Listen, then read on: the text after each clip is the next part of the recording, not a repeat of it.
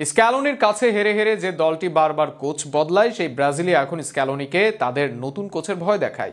আপনি জানলেও অবাক হবেন, ব্রাজিলের শেষ 4 কোচের 3 জনই চাকরি চলে গেছে স্ক্যালোনির কাছে হেরে। অথচ এখন ব্রাজিলের ভক্তরা কার্লোর ভয় দেখাচ্ছে সেই স্ক্যালোনিকেই। আপনি জানেন কি, আর্জেন্টিনার সাথে হেরে গেলেই বরখাস্ত হয় ব্রাজিলের কোচ?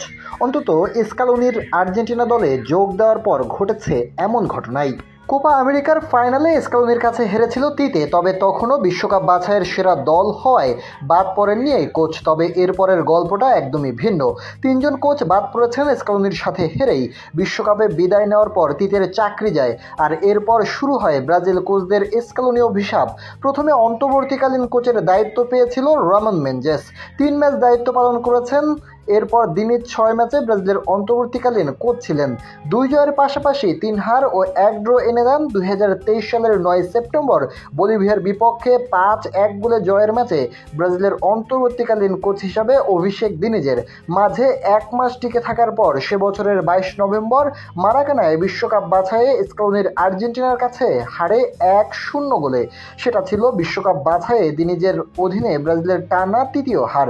উরুগুয়ে, কলম্বিয়া ও আর্জেন্টিনার কাছে হেরেছিল ব্রাজিল। উরুগুয়ের কাছে হেরেছিল 22 বছর পর, কলম্বিয়ার কাছে বিশ্বকাপ বাছাইয়ে প্রথম হার এবং আর্জেন্টিনার কাছে হারটি ছিল বিশ্বকাপ বাছাইয়ে ঘরের মাঠে ব্রাজিলের প্রথম কোনো হার।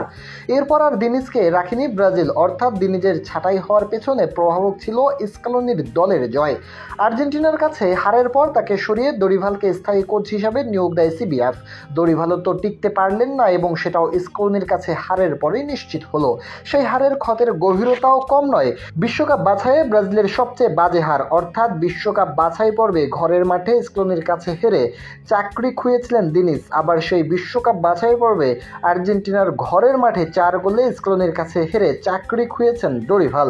সেক্ষেত্রে বিশ্বের অন্যতম সেরা কোচ কার্লো আনচেলত্তিও তাই ভাবনায় থাকতে পারেন, কেননা বিশ্বকাপে আর্জেন্টিনার মুখোমুখি হতে পারে ব্রাজিল, অথবা কোপা আমেরিকায় হবার সম্ভাবনা আরও বেশি।